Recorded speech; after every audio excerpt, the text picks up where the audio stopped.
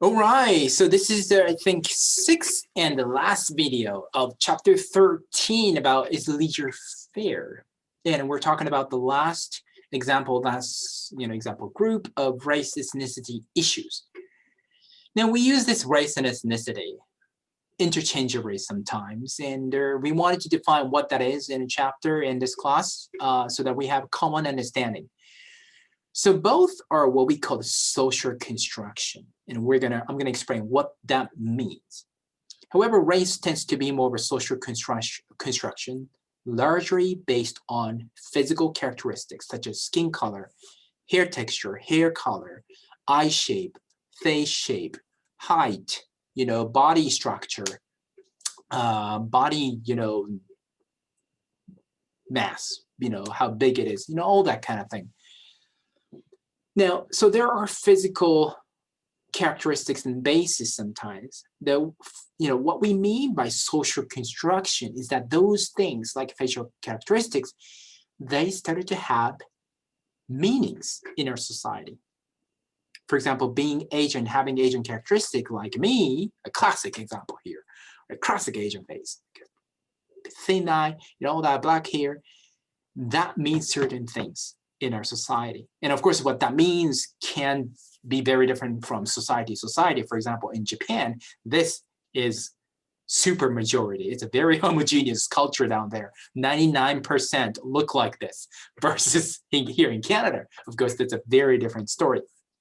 Now, for example, one study that's cited in our chapter, right? I think it was Scott and Lee, Scott and Lee.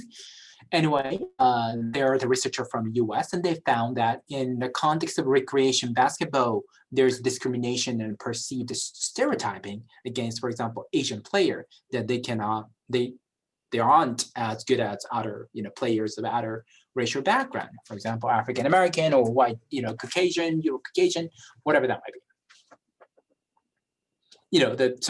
Having those facial characteristics, body characteristics started to mean that you're not good, you're not fast enough, probably, you're not strong enough, you can't do this, you can't do that. Those meanings and associations and assumptions are attached to it. That's what we mean by social construction. So these physical thing, which itself doesn't mean anything, right? The fact that I have a small eye, does that mean that I'm weak? Not at all. There's no correlation to that. However, it started to have, people started to develop this idea or assumptions. That's the race today we're focusing on, right, as a social construct.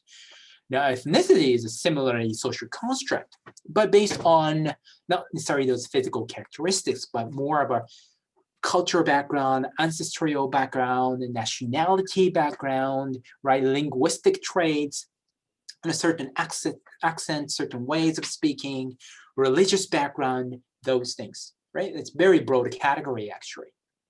And there's that. So race and ethnicity. So what's the statistics? What number are we talking about? In 2016, in a sense, according to the latest census in Canada, 22.3% of the Canadian population were visible minorities. And that's the official terminology that the Canadian government used, visible minorities. And by the way, this exclude people with a Caucasian background and white background, as in skin color, and also indigenous people are not actually part of this group either. And that's 22.3%. Again, that's a significant part of our society. And again, we're in an increasing trend. By 2031, it's projected, it's about 10 years from now, they're estimated to be 29 to 32% in Canada, across the board on average. In Edmonton, already back in 2016, the rate percentage of the visible minority was 36.4%. Those big cities, Edmonton, Calgary, Vancouver, Toronto, they tend to have higher rates as well. So when you get a job, you will be working with people, you will be working for clients who are visible minority, most likely. And I'm pretty sure you're studying with right now with their other students who are visible minority, if you're not. Now, this has been race ethnicity major issue like women, for example, womanhood and gender. We have an entire book about it, race, ethnicity, and leisure. There you go. And our study, our research has suggested that hate crimes in the US increased for the third consecutive year, and over the past several years, it increased. With the most of them, like for example, one statistics from FBI suggests about 60% motivated by race, ethnicity.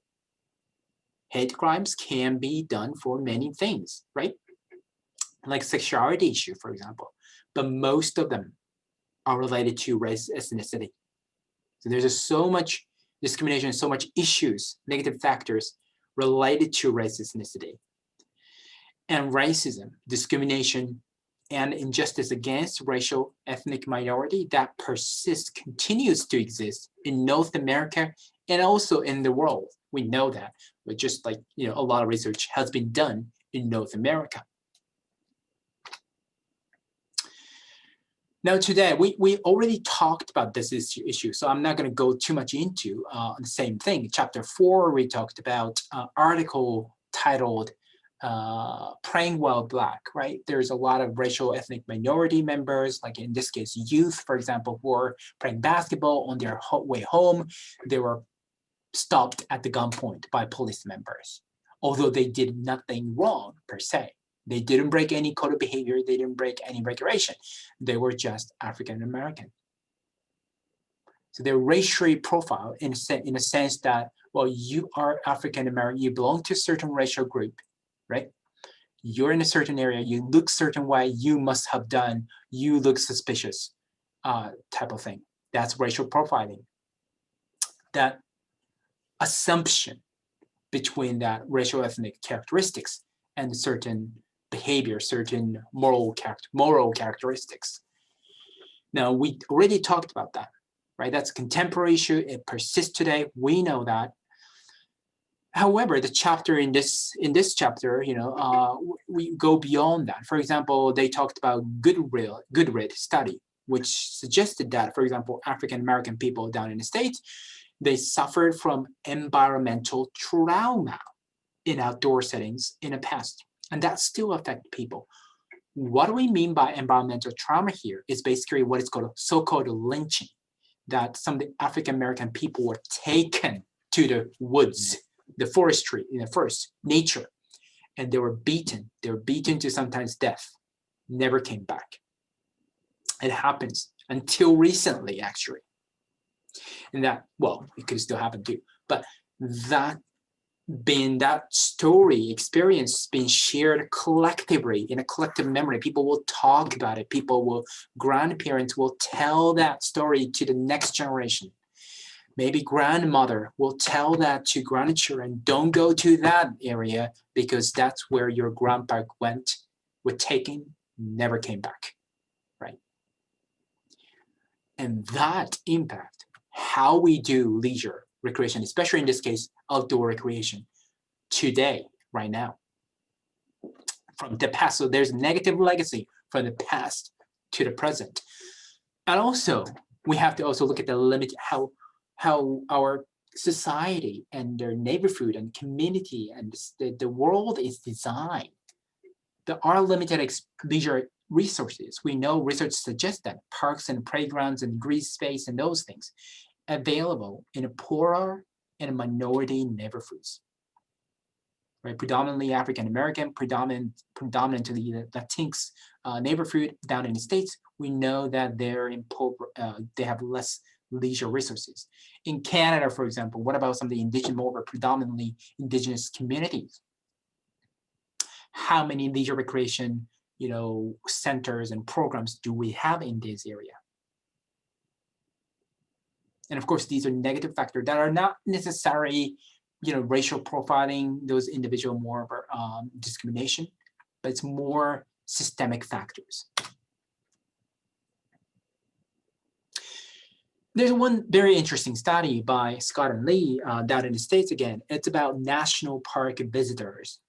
And it's been famous actually that people who go to national parks tends to be very white, basically, and coming from Caucasian background, Euro, Anglophone background. only small fraction percentage of national park visitors are coming from a more diverse racial ethnic background. For example, according to their study, only 2% of them were African American, 5% were Latinx, and we know that that does not represent the general population. I think Latinx proportion in the general population is percentage is a few 15 to 20%, 15% or so, maybe more, maybe. African American 5 or so percent, 5 to 10%. So that does not represent. There's something systematic going on to undermine their participation, their visitation to national park. And actually, that was the reason why, that was the beginning of our field, leisure study, recreation studies, park study. A lot of us, 60 to 70 years ago, one of the first big questions we addressed in States and Canada were, why do racial ethnic minority members down in the States, mostly African American people, did not do the leisure activity white Caucasian people do? Why not? Why we're not getting more diverse visitors and customers? That was the big question. There are old theories and hypotheses about that. And one is called a marginality hypothesis, which suggests that, you know, those African American people and also other racial ethnic minority members don't do the leisure activity at the same rate, same frequency, due to limited socioeconomic resources like a limited income, disposable income, limited education, things like that, which are based on past discrimination, such as slavery down in the States. However, this theory has been challenged for not recognizing in-group differences. For example, not all quote-unquote African-American people right now are descendants of the slaves. Not all of them. Other people came from other, countries later on, right? And there's a lot of, for example, socioeconomic diversity. Some people are actually rich, so that doesn't explain, this theory doesn't explain those people, right? Another old theory is ethnicity hypothesis, which basically means that member of racial ethnic minority, they developed certain cultural norms, different cultural norms, certain cultural ethnic identity, which results in a different preferences. So they started to like different things. They don't like the activities, leisure activities that white and Caucasian people do. So that was another theory. And obviously, again, these two old theory didn't do a great job in terms of explaining everything. Now, since then, so we're talking about 1960s and 70s, since then we created and we used different theories to explain this issue in a more fine-grained way, more complex way. For example, one of the theory is this multiple stratification hierarchy theory.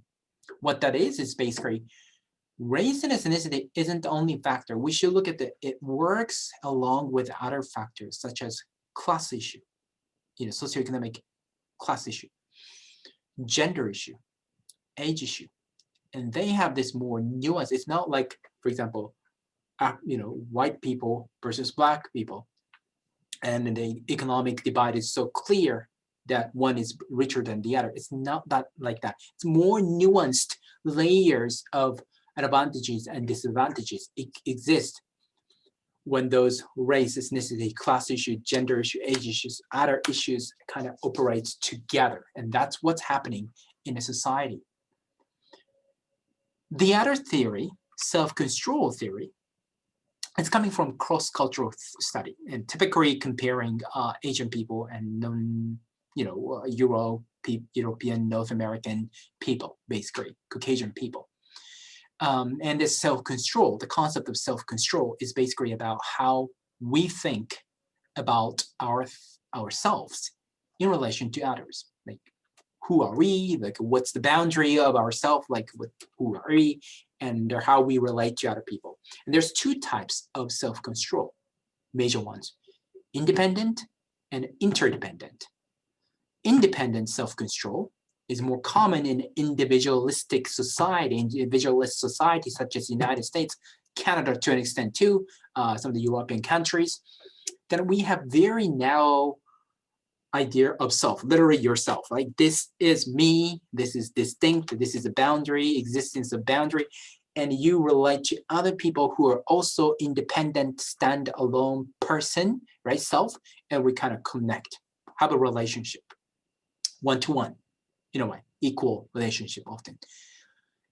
If you're coming from more interdependent self-control, if you have that self-control, which is more common in a collectivist society, such as a lot of Asian society, Middle Eastern societies, African society, even like some of the Central South American society, what that says is that you don't necessarily define yourself as just a part of you. Like I am not just Shintaro Kono, but I'm a member of the bigger family of the, the Konos, right? I have in my family, right? I have my parents, grandparents, siblings. You define yourself, you see yourself as part of the group, embedded into group. Your boundary of self is more fuzzy in a way. And there's this wider group around you of basically in-group, right? Like somebody really close to you. And that really distinction is blurred. And we're basically together. We belong together, we exist together. And there's, of course, there's a out group who are out, they're basically strangers, more non-close relationship, not that close relationship, But that, their boundary of yourself and the relationship with others is very different between independent and interdependent self-control. And some of the research, for example, found that people with independent self-control tends to face more intrapersonal psychological things, constraints to leisure, which makes sense because they're all about themselves in a way. I mean, I shouldn't say that, but well, it's a little bit of exaggeration, but that helps actually some of the leisure experiences and pattern, behavior pattern potentially as well. Another theory is social capital theory we've used to explain why we do or we don't do in terms of racial, ethnic minority. What social capital means is basically perceived value in one's relationship with others. It's about the relationship, and from this perspective, those relationships have value and capital. For example, you and me, let's say we have a relationship, let's say we're friends, right? I help you, and that, reinforces our relationship, strengthens our relationship, and you feel you owe to me, and then I feel more value in this relationship, the capital, that we can potentially later on, quote unquote, cash out, like I helped you, that's usually reciprocal. You will help me later, right? If not, probably I'm going to get away from that relationship. Like, why am I helping you all the time? That kind of relationship, right? Reciprocal relationship. So there's a relation. The social capital is about the relationship between people and how people actually associate value. And sometimes it's mandatory. Sometimes it's, more for favors and helping each other, providing support to each other, too. And to get that, social relationship and relationship that have a value, there are two types of interaction from social capital perspective. One is bonding. Bonding is a relationship building within a group, homogeneous group. For example, me, let's say, hanging out with the other Japanese people in Canada, Edmonton, right? That's homogeneous, very. And that's a very important type of social capital that I can potentially benefit from, right? Very close relationship. They know the difficulty that I potentially go through as a Japanese person in Canada, in Edmonton, right? So they could provide a certain benefit and value that other people can't. Or the other type of interaction is bridging. Bridging is interaction across groups. For example, maybe I'll interact with people from more, white Caucasian background in Canada, right? And that relationship is also important. Maybe I can learn about, quote unquote, mainstream Canadian society through that relationship. There's a different value attached to that too. So both are important, and both helps why racial ethnic minority may or may not engage in a certain type of leisure activity, because leisure help us doing bonding and bridging. Finally, the last theory, and very important theory these days, is critical race theory, the chapter talked about. And it's very controversial because the US government considered that's actually dangerous theory, accordingly. That we should not learn this. But it's a very important academic theory. It's more of a perspective. It's not something that we test per se. It's more like a feminism as a theory. It's a lens through which you look at the society, study, understand society, critic and challenge society, hopefully change our society. So from this perspective, critical race theory, what is important is that racism are not extraordinary thing. It's not some crazy stuff that happens once in a while. For example, yes, there's a very hostile time right after 9/11 for Muslim people. That was an extraordinary time. But it's not just that the racism, discrimination against certain racial ethnic group are ordinary. It's embedded into everyday life. So we have to take a look at those ordinary events. And many of them are actually leisure context. Racism also persists because it benefits people in power, right? And especially when you're not part of that minority status, you don't necessarily see that the disbenefits of the racism, right? And also the benefits were helping you, like we talked about in terms of privilege. It helps you. When it helps you, it's very difficult. It's actually honestly really difficult to be aware of that, think about that, talk about that, and actually starts to change that. It's difficult.